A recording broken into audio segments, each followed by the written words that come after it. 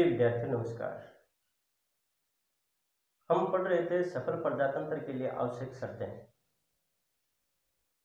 Doctor Bhimrao Ambedkar द्वारा रचित ये पाठ। इसमें हमने प्रजातंत्र के लिए जो शर्तों में सत्तारूढ़ दल के द्वारा 5 वर्ष में एक बार मुलाकात करना प्रजा से, उनसे सीधा संवाद करना और मजबूत जो विरोधी पक्ष है उसका होना आवश्यक है, इसके बारे में हमने पढ़ लिया था। लेखक ने 2 देशों का चित्रण भी किया, उसके बारे में भी हमने पढ़ा था।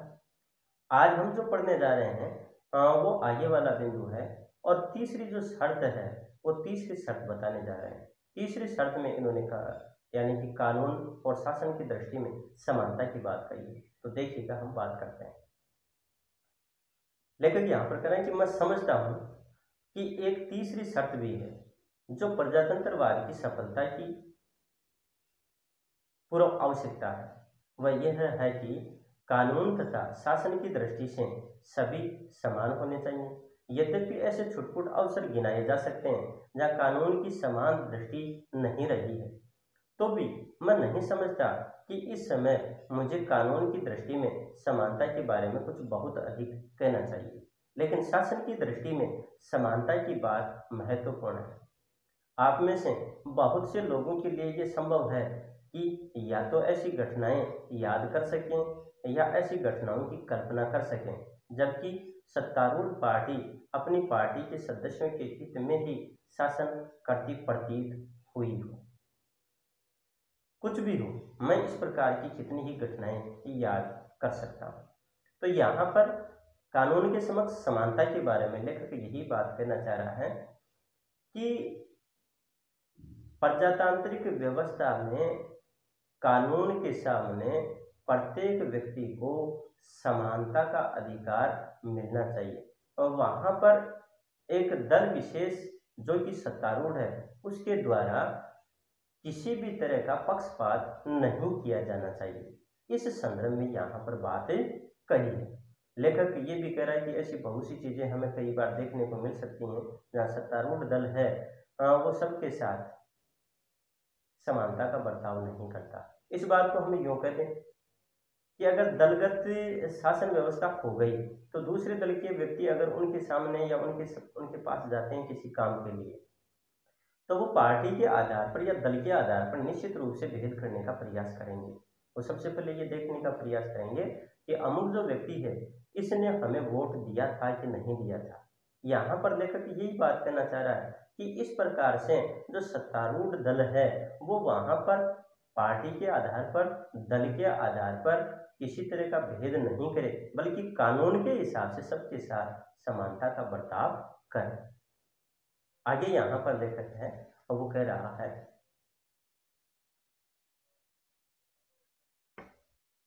कि आप कल्पना करें कि एक कानून है जो कहता है कि कोई भी आदमी बिना लाइसेंस के किसी विशेष वस्तु का व्यापार नहीं कर सकता, क्योंकि कानून सबके लिए एक समान है।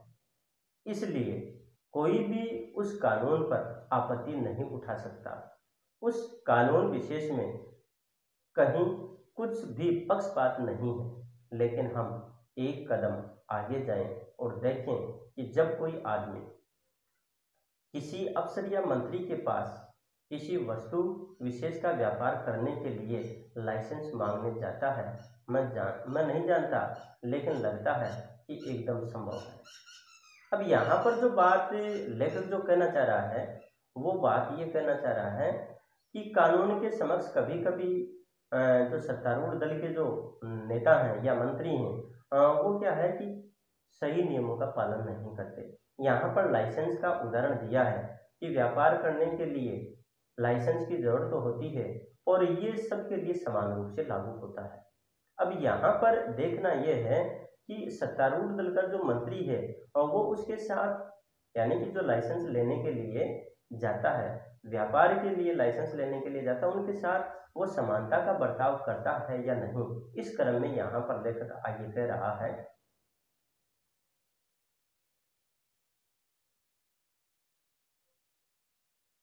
कि संभव है कि मिनिस्टर सबसे पहले उसकी टोपी की ओर देखे कि वह किस रंग की टोपी पहने हुए है। यदि वह ऐसी टोपी पहने हुए है कि जो उसे अच्छी लगती है, तो उसे निश्चय हो जाता है कि वह उसकी पार्टी का आदमी है।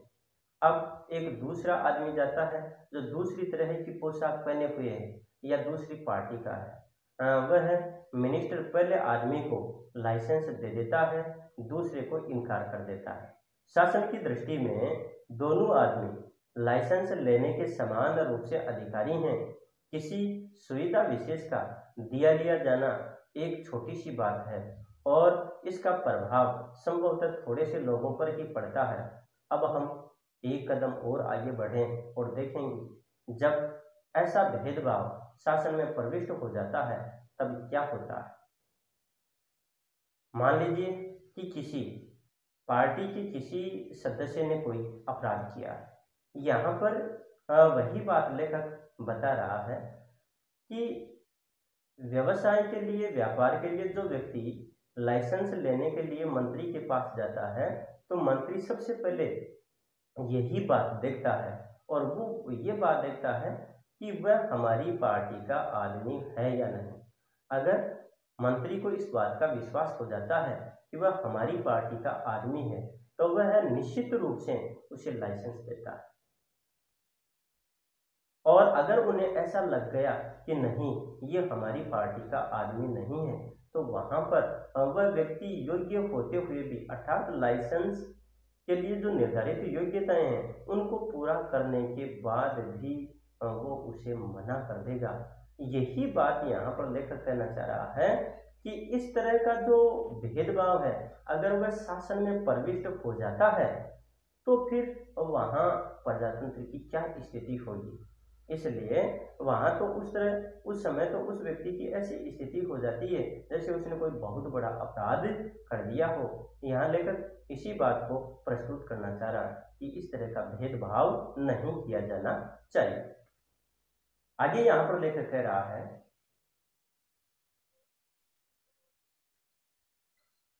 मान लीजिए कि किसी पार्टी के किसी सदस्य ने कोई अपराध किया है,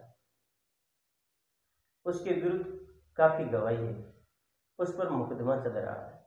अब उस इलाके में उस पार्टी का मुखिया मजिस्ट्रेट के पास जाता है और जाकर कहता है कि इस आदमी पर मुकदमा चलाना ठीक नहीं, क्योंकि ये पार्टी का आदमी है। या आगे बढ़कर ये भी कहता है कि यदि आप मेरी बात नहीं मानेंगे तो मैं इस बात की सूचना मिनिस्टर को दे दूंगा और यहाँ से आपका तबादला अन्यथा करा दूंगा। आप कल्पना कर ही सकते हैं कि इससे सारी शासन व्यवस्था में अव्यवस्था और आपाधापी का साम्राज्य हो जाएगा। यहाँ पर जो लेखक है और वो ये बात कहना चाह रहा है कि किस प्रकार से जो सत्तारूढ़ दल है और वो भेदभाव करता है, अर्थात जो कानून की समानता की बात आती है उसके अनुरूप वो कार्य नहीं करता। लेखक यहाँ पर कह रहा है कि मान लीजिए किसी व्यक्ति ने अपराध कर दिया, उसके विरुद्ध बहुत सारे यानी कि सबूत हैं, गवाह हैं और उस पर मुकदमा चल रहा है, लेकिन उनके जो पार्टी का जो मुखिया है वो व्यक्ति न्यायाधीश के पास जाता है और उसे जाकर के ये बात कहता है कि इस व्यक्ति के ऊपर जो मामला चल रहा है या फिर जो अपराध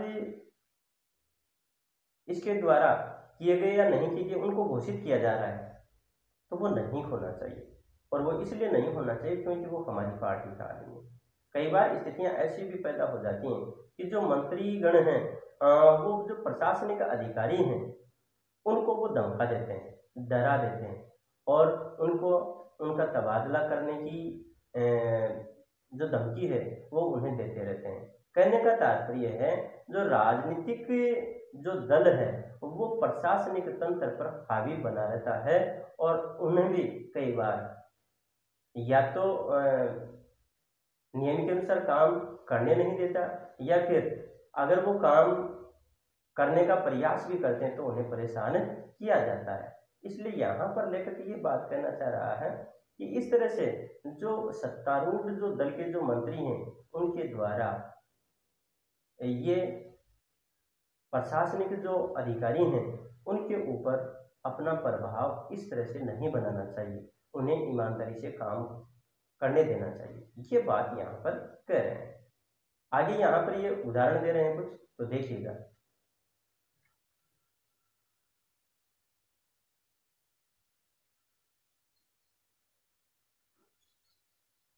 लेखक यहाँ पर कह रहा है कि किसी समय अमेरिका में यही हाल था।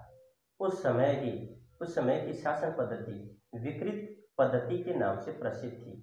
जब एक पार्टी शासनारूढ़ होती थी तो पहली पार्टी द्वारा नियुक्त सभी कर्मचारियों को उनके पदों से पृथक कर देती थी। यहाँ तक कि क्लर्कों और चपरासियों तक को भी निकाल बाहर किया जाता था। उन सब की जगह नई पार्टी के नए आदमी नियुक्त किए जाते थे।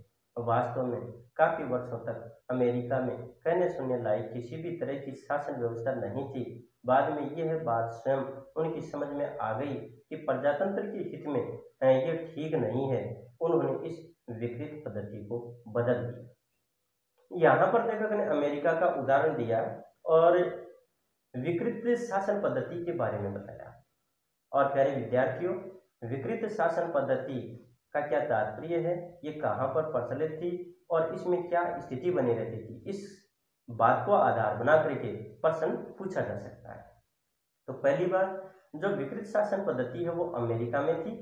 और इसमें होता क्या था कि एक दल के द्वारा जब जीत हासिल कर ली जाती और वो शासनारूढ़ हो जाता, तो पहली जो सरकार थी उसके द्वारा नियुक्त किए गए जितने भी जो कर्मचारी थे उन सभी कर्मचारियों को हटा दिया जाता और नए कर्मचारी जो कि अपने लोग होते या उनकी पार्टी के पक्ष के होते, उन लोगों की नियुक्ति कर दी जाती। और इस तरह से वहाँ की स्थिति बड़ी नाजुक हो जाती और यूं कहें कि प्रजातांत्रिक व्यवस्था की स्थिति से वो सही नहीं थी या प्रजातांत्रिक व्यवस्था के आधार पर उसको सही नहीं कहा जा सकता। और जब लोगों के ये बात समझ में आई तो उन्होंने इस विकृत शासन पद्धति को बदल दिया, इस विकृत शासन पद्धति को हटा दिया। तो आज के वीडियो में प्यारे विद्यार्थियों हम इतना ही पढ़ेंगे। इसमें मजबूत विपक्ष की बात आई और वहीं पर कानून के सामने समानता की बात आई और विकृत जो शासन पद्धति है उसके बारे में बात बताइए। तो इसलिए हम अब आगे वाले वीडियो में फिर से मिलेंगे एक नए विचार के साथ। तब तक के लिए नमस्कार, धन्यवाद।